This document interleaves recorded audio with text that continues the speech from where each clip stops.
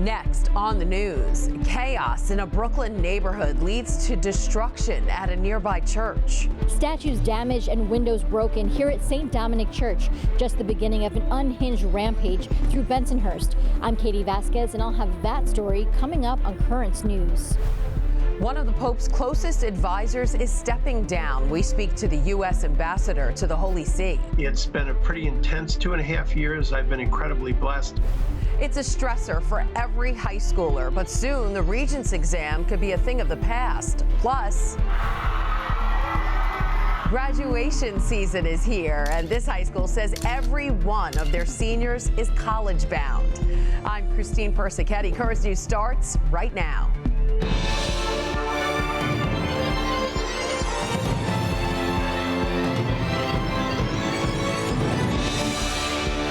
Saints smashed and church doors defaced. A Brooklyn parish is left to pick up the pieces after an unhinged man's attack.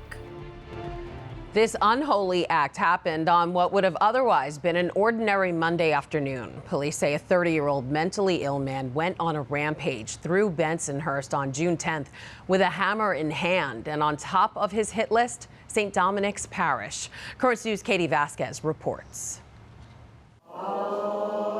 These parishioners are hoping to raise their spirits. I was shocked. I was, upset, dismayed. Those feelings after this destruction at St. Dominic's in Bensonhurst, after a 30-year-old man smashed 2 statues outside and damaged the windows. It's not right to come in church and do what he did.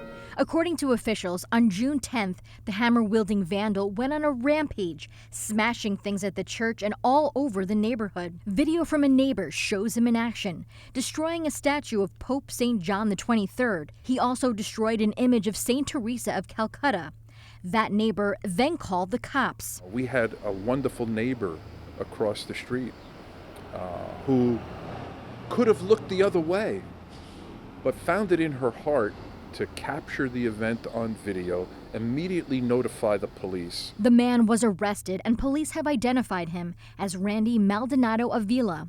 He was charged with criminal mischief and criminal possession of a weapon. This is what's left of the glass that was here. The pastor of St. Dominic, Father Michael Lynch, only caught the aftermath of the chaos. As volunteers helped board up the windows and cover the statues, Father Lynch says the emotional wounds still remain. No one was hurt physically. Hearts and minds are scarred a little bit and probably wounded. Still, the parishioners of St. Dominic's say they will continue to pray for this person. We have to face it, pray for the person, and we pray God that He helps us to fix all this mess. We're a strong community, so we're going to get through this. We forgive and forget in this instance, right? We do forget that someone did something wrong or bad to us, but we never forget to pray for them.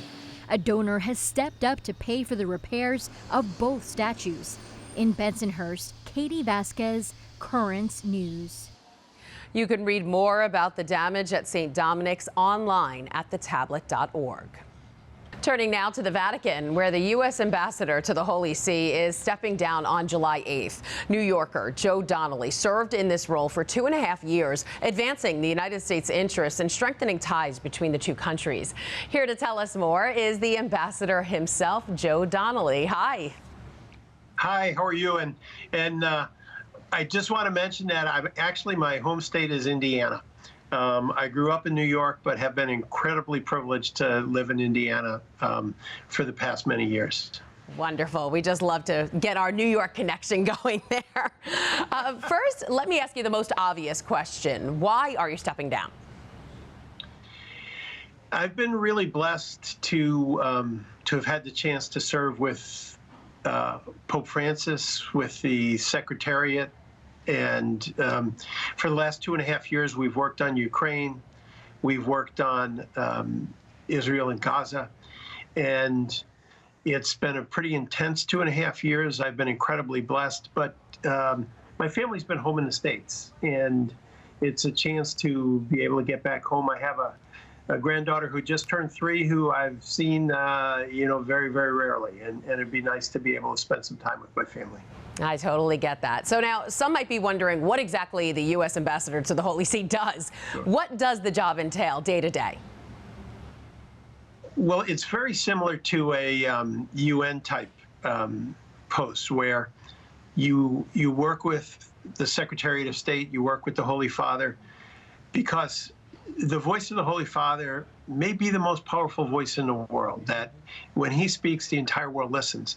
My job is to try to make sure that they understand U.S. government policy, what we believe, so that when they do speak, when the Pope speaks, when the Foreign Minister, the Secretary of State speaks, that they do speak with an understanding of what we believe in the United States. And some of your priorities when you started were to focus on religious freedom, immigration, and peace. You mentioned the war.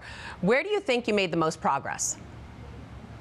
I will tell you that at this point, we've worked with Cardinal Zuppi, the special envoy to the Pope. We've been able to have hundreds of Ukrainian children come back from Russia. We've been a teammate on that effort. So for every one of them, they're back with their families, with their moms and dads, with their brothers and sisters. We have worked with the Vatican to make sure that they understand in Ukraine. Early on, they were talking about perhaps NATO was part of the reason that Russia invaded. And it was really clear that Russia invaded because Vladimir Putin wanted to take Ukraine. He thought it would be easy. He thought it would be simple.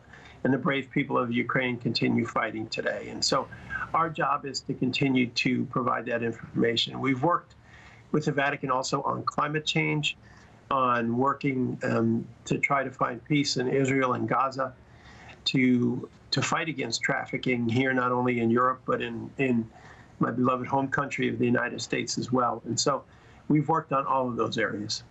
All right, I know you're a lifelong Catholic. Do you think being Catholic should be a requirement for this job? No, I actually don't, because the job is about, it's not about religion. It's about the United States foreign policy, working with the Vatican City State, the Vatican nation. And so it's, when there's a religious challenge, it's between the Vatican and the United States Church. What we do is governmental policy. All right, outgoing U.S. Ambassador to the Holy See, Joe Donnelly, thanks for being here and good luck. Oh, thank you so very, very much. A Catholic organization is being recognized for its efforts in promoting peace.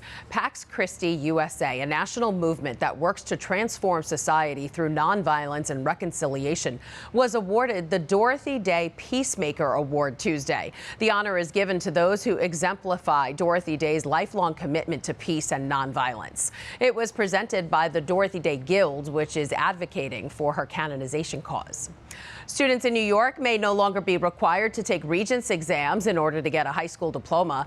The Education Department proposed scrapping the graduation obligation at Monday's Board of Regents meeting. Instead, the test would be optional for students, and the Education Department would create a new metric to measure a student's success. There will be a series of public forums to get feedback on the changes before the department presents the new plan in November for approval.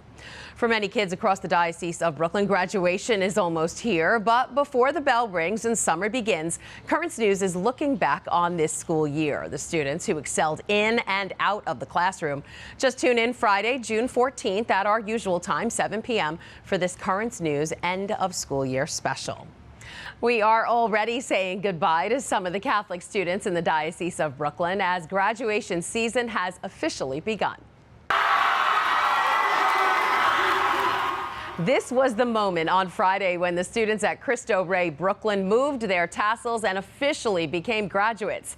The school now has 67 more people they can put on their alumni list. 100% of them are college-bound. Some of the schools they're headed to include St. Francis College, St. John's University, Villanova University, and Providence College. Congrats to them. And don't forget to send us your graduation pictures and videos. It could end up on Currents News. Just email them to us at newstips@desalesmedia.org. And for stories, you can also call our 24-hour number, 718-517-3122.